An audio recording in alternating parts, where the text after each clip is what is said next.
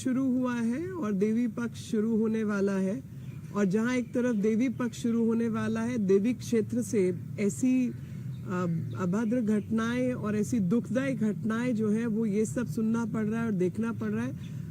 अत्यंत दुख का विषय है, जिसमें एक लड़की की गर्दन काटकर पूल ऑफ ब्लड के अंदर खून के बीच में लाश मिली है जली हुई हालत में, ताकि उसका चेहरा ना पहचाना जाए। और ये 24 परगना बंगाल की घटना है, और ये घटना याद दिलाती है किस प्रकार से लगातार महिलाओं के प्रति होने वाले अपराध जो है वो बंगाल में पाए जा रहे हैं। और ममता दी जो माँ माटी मानुष की बात करती थी, आज उन्होंने उस देवी क्षेत्र को बॉम्ब, बुलेट और बेटी के साथ अन्याय में बदल दिया है, जो कि इन सब चीजों से स्थापित होता है। कल ही का विषय है कि एक बीजेपी कार्यकर्ता के घर में घुसकर उसकी माता की हत्या की गई। उससे पहले 5 साल की बच्ची का बलात्कार हुआ, 14 साल की बच्ची का बलात्कार हुआ, जिसके अंदर दुख की बात है कि ममता जी जो खुद महिला है, उनका बयान आया कि ये लव अफेयर का मामला था। आप मुझे बताइए कि लव अफेयर भी हो तो कम उम्र की 14 साल की लड़की के साथ कोई भी ऐसी घटना हो तो क्या वो घटना रेप में नहीं आती? ये तो देश का कानून है, और देश की में किसी राज्य की मुख्यमंत्री को देश का कानून भी पता होना चाहिए। तो जब भी इस प्रकार की घटनाएं पाई जाती हैं, आपकी रिपोर्ट्स के माध्यम से, मीडिया की रिपोर्ट के माध्यम से ये सब जानकारी हमारे सामने आई, और हैरानी होती है ये सब सुनकर कि बंगाल जैसा प्रदेश जहां पर जनरली जो लोग हैं वो महिलाओं के अधिकार और देवी पूजक हैं, और वहां के समाज में ये जो इतना बड़ा बदलाव दिखाई दे रहा है, उसके लिए कहीं ना कहीं राज्य की जो सरकार है वो जिम्मेवार है। क्योंकि बलात्कारियों को अगर आप शरण देंगे, उनके खिलाफ कार्रवाई कमजोर होगी, तो लगातार इस तरीके की घटनाएं बढ़ेंगी। और जब आपको कोई मुख्यमंत्री ऐसी मिले जो कि सरकारी जो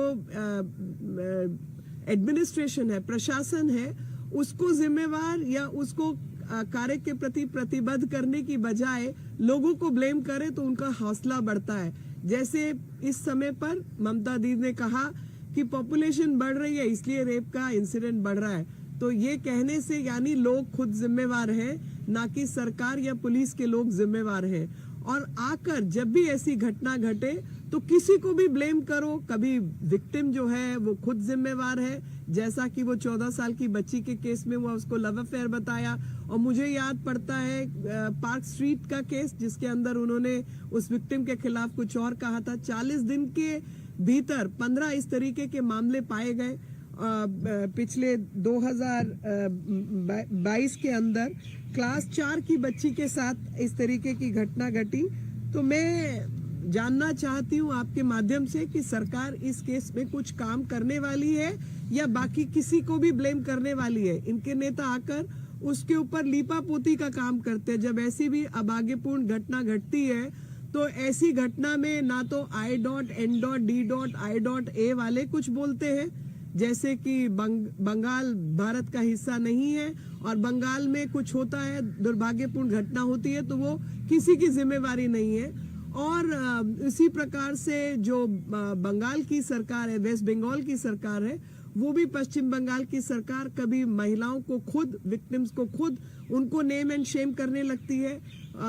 लोगों के साथ छेड़छाड़ की घटनाएं बढ़ रही हैं और कभी किसी और को जिम्मेवार ठहराएंगे, लेकिन प्रशासन को या जो अपराधी हैं उनकी कोई जिम्मेवारी नहीं बनती।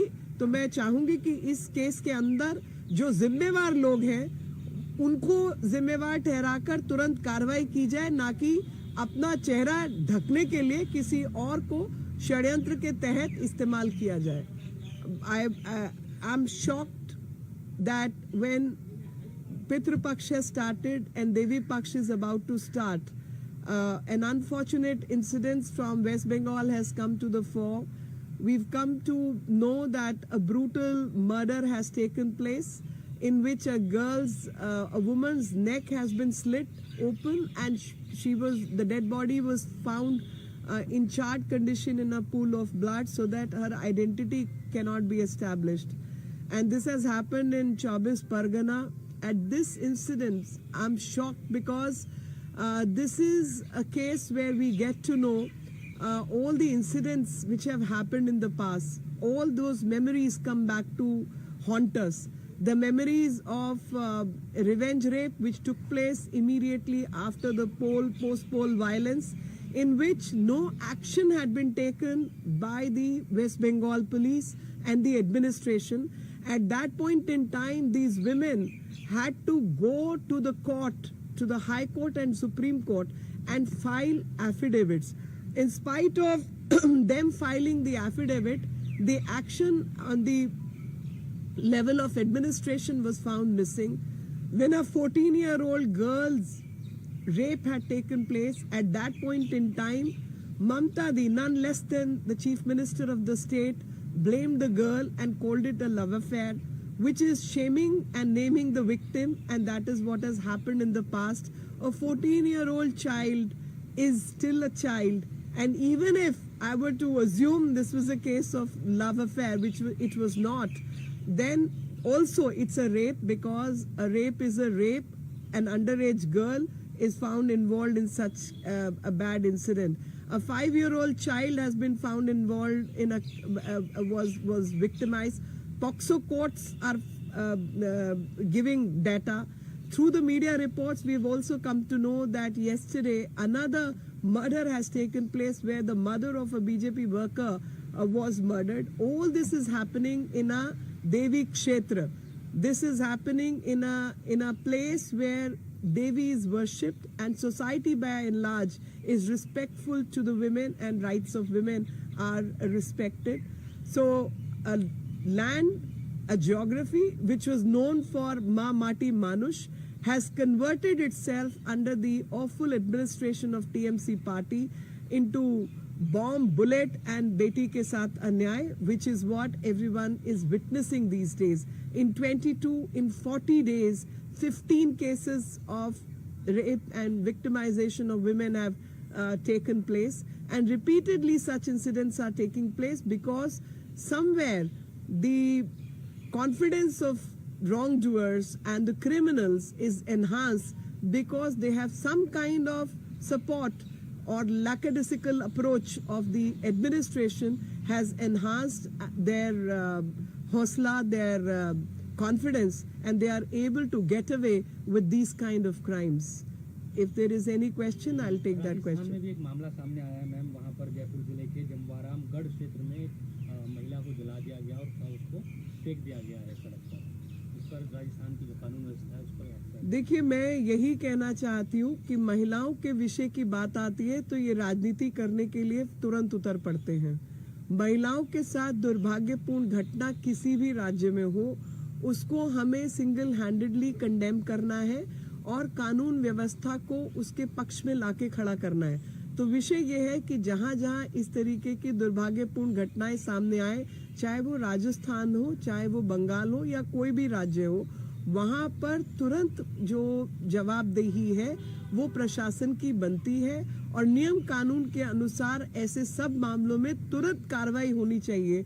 और यही मैं उम्मीद करती हूँ कि हर राज्य के अंदर इस प्रकार की कानून व्यवस्था हो जहां पर महिलाओं के केस जो है उनके ऊपर तुरंत संज्ञान में लिया जाए और कार्रवाई की जाए। I.N.D.I.A. वालों से मैं जानना चाहती हूँ कि इन दोनों के प्रति आप कुछ अपना बयान देंगे। मैं लड़की हूँ, लड़ सकती हूँ, मगर जिन लड़कियों की लड़ाई है उनके साथ आप खड़े हुए क्यों नहीं दिखाई दे रहे? उन सब विषयों के ऊपर आपकी आवाज क्यों मिसिंग है? मैं ये जानना चाहती हूँ। मुझे याद है कि लगातार इस तरीके की घटनाएं घटी हैं और उन सब के मामलों में जो भी प्रशासनिक कार्रवाई है, जो भी पुलिस व्यवस्था, कानून व्यवस्था की कार्रवाई है, हम उसकी मांग करते हैं।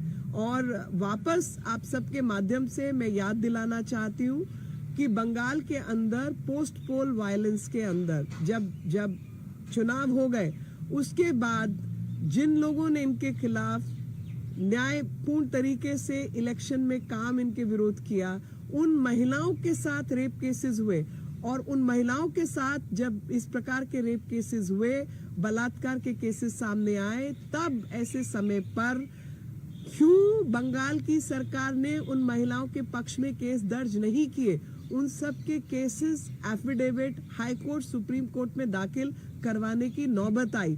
तो लगातार ये अभद्र व्यवहार जो है महिलाओं के साथ किया जा रहा है, वो भी देवी क्षेत्र के अंदर। ये क्षेत्र देवी के नाम से जाना जाता है, जहां पर सभ्य समाज और अधिकतर लोग सभ्य है, महिलाओं के प्रति एक अच्छी भावना रखते हैं और इस प्रकार की प्रताड़ना के खिलाफ आवाज उठाते हैं। समाज कुछ और है लेकिन प्रशासन कुछ और है, और जितने लोग महिला विषयों पर राजनीति के लिए आगे आते हैं, उन सबसे मैं यही प्रार्थना करती हूँ कि महिलाओं के अधिकारों के लिए आवाज बुलंद कीजिए। उज्जैन में भी ऐसा ही एक मामला आया है सामने, उज्जैन से भी 12 बीजेपी साल की शासित लड़की के राज्यों साथ में इस तरह अपराध होते का हुए, मामला। चाहे ये उत्तर प्रदेश की बात हो, हाथरस की घटना हुई थी, कांग्रेस के सारे नेता गए, राहुल गांधी गए, प्रियंका गांधी वाड्रा गई। लगता है आपको कि कांग्रेस इस मामले में सिलेक्टिव है, बंगाल और राजस्थान को अनदेखा करती है? जब वहाँ मैं मेरा आज की प्रेस से सबको यही संदेश देने का मामला है कि चाहे वो उत्तर प्रदेश का मामला हो, हाथरस का, जहां पर ये सब लोग पहुंचे थे, इन सबसे आग्रह है कि अब आप जो है वेस्ट बंगाल, पश्चिम बंगाल भी पहुंचे और वहां जाकर मामला दर्ज हो और जो हत्यारे हैं उनके खिलाफ कार्रवाई हो, इसकी मांग करें।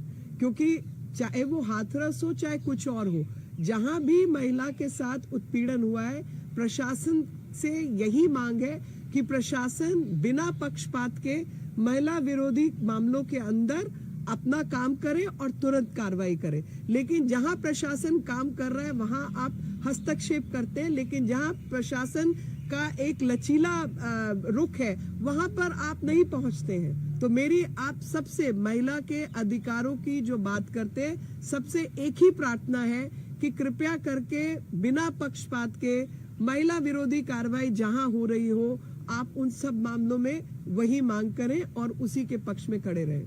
Ma'am, India Today investigation yesterday exposed how women trafficking of minor girls are happening in the state of Rajasthan, in Bundi, and there's another instance of Neemuch, Madhya Pradesh, where there are middlemen who are ready to sell girls as young as 14-year-old for human trafficking.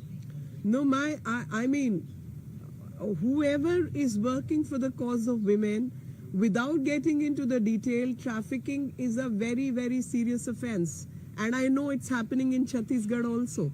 So all these places which have low income economy, these incidents have been happening. I want everyone, a task force be formed, and each police department from one state to the another come on board and coordinate their actions, because ultimately it's a question of rights of women, and it's a question of young children who will actually be an asset for this country, and we are letting that be wasted. So I think as civilization we need to be serious about this, and we must take action against all the wrongdoers, irrespective of whichever state this is happening in. There was a shocking case in Ujjain as well, in 20-year-old babe. She fell, in fact, unconscious. People didn't come out for help. She walked for 8 kilometers before any help could be.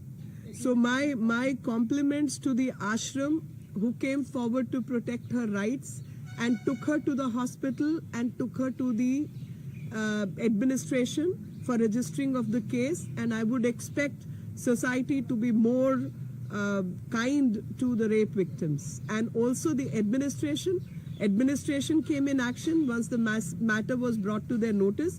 But I expect everyone to be kind to the victims and compassionate in all such cases. Come forward and support the girls who